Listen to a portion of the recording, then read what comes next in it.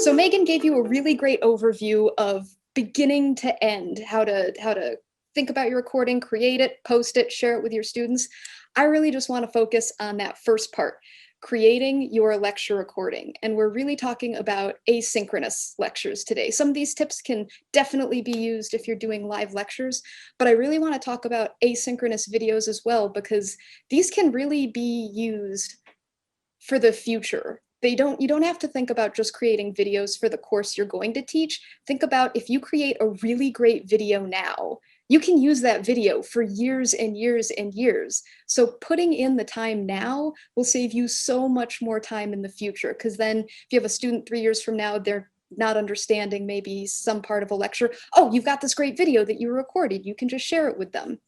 So there are three main parts I want to cover for creating a lecture recording, and that's pre-production, production, and post-production. And this sounds like a lot, but don't worry, it's not. And this isn't going to be a technology talk.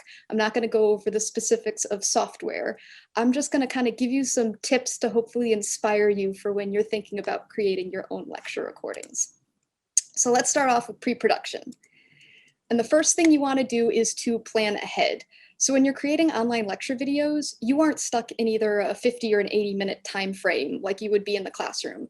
And in fact, you never want a video to be that long. Instead, you want to aim for your lectures to be around 7 to 10 minutes in length. Students are far more likely to watch a bunch of short videos than they are just a few really long ones. And chunking up your content into smaller videos will make it easier for your students to review certain things they might be struggling with. Also, kind of having this granular, almost buffet of videos of different topics might be helpful in the future if maybe you're teaching a different course and, oh, not everything you taught in your previous course is applicable, but oh, these 4 topics are, so let's grab those videos. And maybe there's a different course you taught, so we'll grab them. You can kind of then grab these different videos and put them together like a puzzle to create something new. So we want to think of each presentation as storytelling. So if you're transitioning from the full 50 to 80-minute lecture you gave in the classroom and you want to think about how to turn that into lecture videos, look at your full-length lecture and figure out, if this were a story, what would each chapter be? What are the topics? What are the subtopics? So each subtopic would be each chapter, and each chapter should be its own video. You can also look at your presentation and see where you would normally maybe stop during class time and ask your students a question. We don't have these natural breaking points in pre-recorded lecture videos, but these breaking points might be a good indication of where you'd want to stop your video, maybe then instruct your students to either do an activity or a quiz or a discussion board post before then moving on to your next lecture video. I also want to mention PowerPoint slides. This seems to be one of the favorite tools for both in the classroom and asynchronous lectures. So chances are you've used PowerPoints when you're teaching in the classroom, but the PowerPoints used in the classroom might not be the best for the online space, because we can control how students are seeing our slides in the classroom. They're projected nice and big in the room, but we don't know how students are watching our lecture videos. They might be watching on really old laptops that don't have the best monitors, or they might be watching on their phones. We hope that students aren't watching all their lecture videos on their phones, but it's not something we can control. So for this reason, you want to keep your slides simple. So this will help your students be able to see your content clearly no matter what the situation is. And right here on the right, you can see kind of almost every mistake you can see in a slide. So if anyone wants to unmute their microphone and just name some issues you see with the slide, feel free to. Oh, text over image is hard to read. Text going too close to the margin, maybe cut off on a device.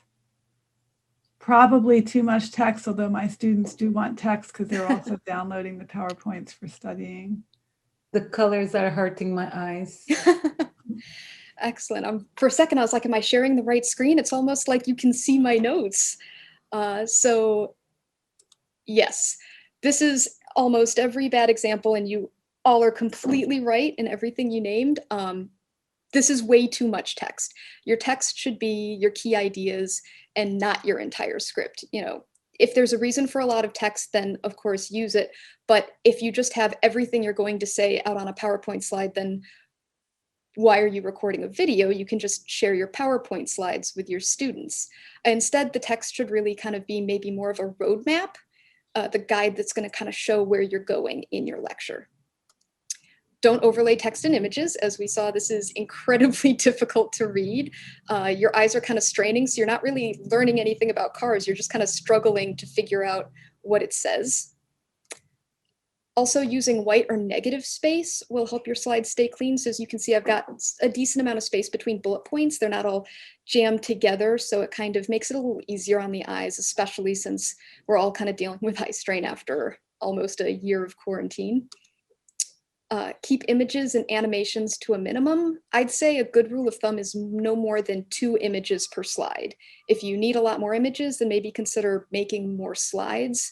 If you've ever seen those like news reports where there's a bunch of stuff going on, there's like the banner at the bottom and the banner at the top, and they're giving in graphs and images and you don't know where to look. And so it just is a little bit of overload. Think of it that way. We want to just kind of clean it up and focus on what the main content is and what we want our students to be focusing on. And lastly, Julia brought this up, beware of margins. And what I mean is you can see that the text on this bad example slide goes all the way to the top and it goes all the way to the sides. Now, a lot of devices are actually going to crop your video a little bit. So if your students, for example, are watching a full screen lecture on a smartphone, it's going to cut the top and bottom of that video. I think on a Samsung, it'll cut it a little bit. On an iPhone, it cuts it even more. So if you have text all the way at the top, it's actually going to crop that out and your students aren't going to be able to read everything. So just give yourself a little bit of a buffer around all the sides to make sure that they're not losing any information. And lastly, I also want to mention color contrast.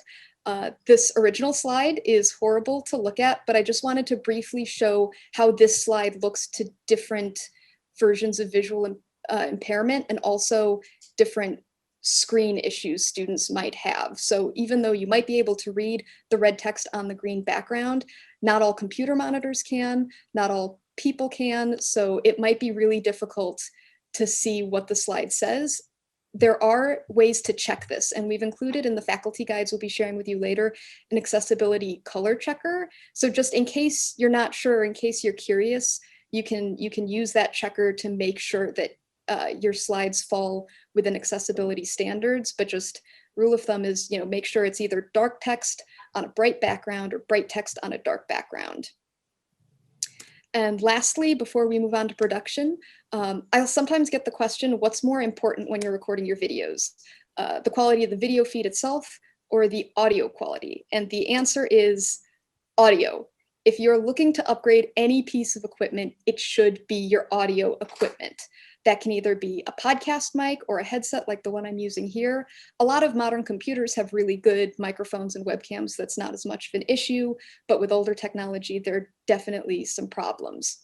And students can forgive lower quality video, but they can't forgive bad audio. If they're struggling to hear your lecture, they're going to be focusing on that struggle. They're not going to be absorbing the content.